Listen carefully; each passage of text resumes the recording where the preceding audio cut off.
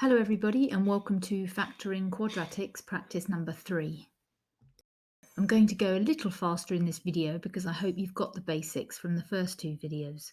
So to get 18 we can multiply 1 times 18, 2 times 9 or 3 times 6. But the only set of numbers here that also add up to positive 9 are 3 and 6. So the answer is x plus 3 times by x plus 6. In number 2 we need minus 15 and we can get this by multiplying minus 1 times 15 or minus 3 times 5. You can also obviously have 1 times minus 15 and 3 times minus 5, but I think we've already got our answer because the numbers also need to add up to give us plus 2. And as you can see, minus 3 plus 5 would give us plus 2. So the answer is x minus 3 times by x plus 5. In number 3, we need to get to plus 15, which we can get with 1 times 15 or 3 times 5. And the numbers also need to add up to give us plus 8, which we have with 3 plus 5. So the answer here is x plus 3 times by x plus 5. In the next expression, we need to get to plus 12, but we also need them to add up to give us minus 7. So I'm only going to write down the negative numbers that include minus 1 times minus 12, minus 2 times minus 6, and minus 3 times minus 4. And as you can see, minus 3 plus minus 4 would give us minus 7, and they also multiply to give us a positive 12.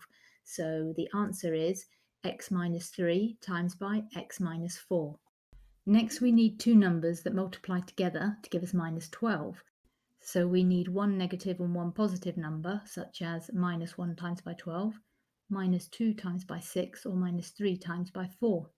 And as the two numbers need to add together to give us positive 1, because when there's no integer you assume that there's a 1 there, that would be minus 3 and 4. Therefore, the answer is x minus 3 times by x plus 4.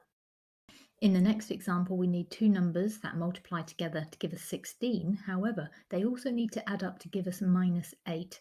Therefore, we're looking for two negative numbers. So we could have minus 1 times minus 16, minus 2 times by minus 8, or minus 4 times by minus 4.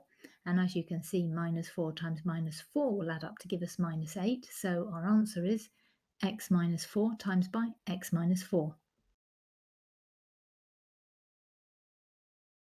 In number 7, we need two numbers that multiply together to give us minus 28. So these could include minus 1 times 28, minus 2 times 14, or minus 4 times 7. But as the numbers need to add together to give us positive 3, and we can see that minus 4 plus 7 would give us positive 3, so they're the numbers we need, and the answer is x minus 4 times by x plus 7. In number 8, we need to get minus 24. So we can do that by timesing minus 1 times 24, minus 2 times by 12, minus 3 times by 8, or minus 4 times by 6. However, the numbers also need to add together to give us minus 2. Now, none of the numbers we have here add up to minus 2. However, minus 4 and 6 add up to give us a positive 2.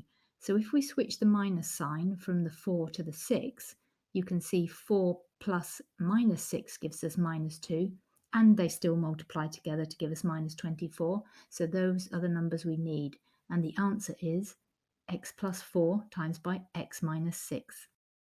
In the next expression, we're looking for two numbers that multiply together to give us 21. However, we can see that we also need them to add together to give us minus 10.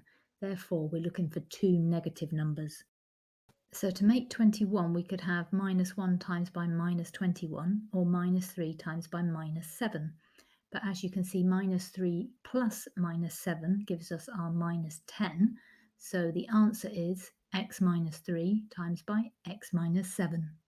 In number 10, we need 24, and the numbers that multiply together to give us that include 1 times 24, 2 times 12, 3 times 8, and 4 times 6. Now the numbers also need to add together to give us 14.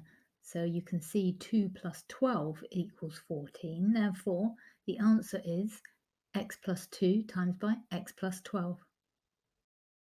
So that's it for this video. Thanks ever so much for watching. If you could hit the like and subscribe button, that would be great. And I hope to see you soon.